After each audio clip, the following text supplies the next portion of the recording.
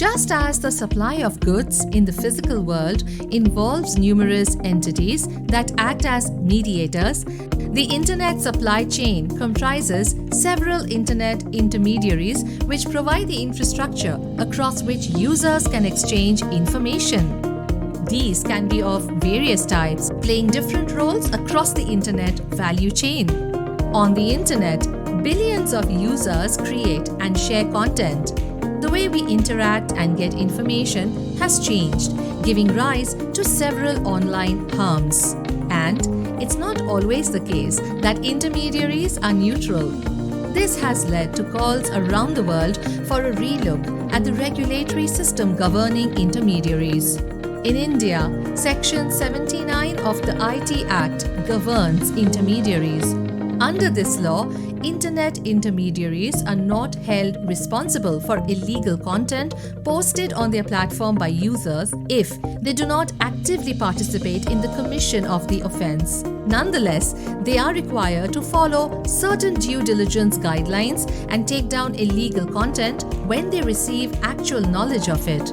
Section 79 is, however, inadequate given the complexity of the Internet ecosystem. It sets out a broad framework that makes a limited functional differentiation between different types of intermediaries. There is no clarity on whether specific rules and regulations can be framed or applied to specific categories of intermediaries.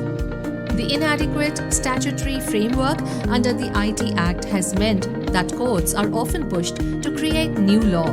This can lead to problems, for example, where similar obligations are imposed on different types of intermediaries. This could also lead to excessive or impractical obligations being imposed.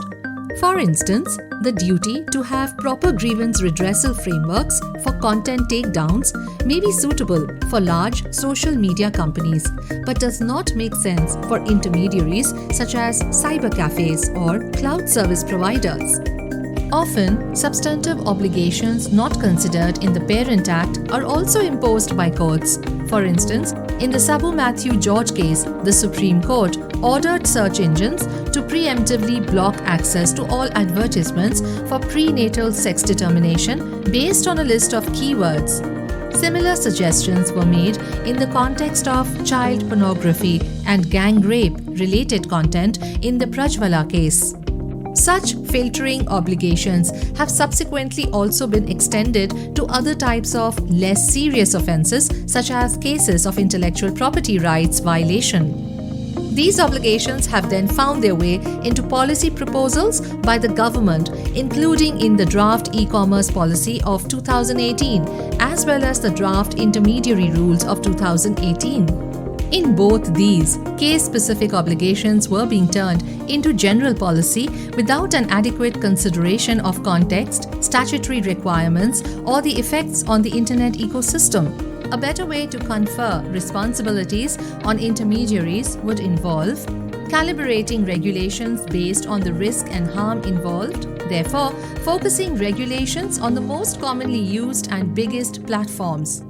Putting in place suitable procedural frameworks that make it easier for users to understand a platform's content moderation practices and access their grievance redress system.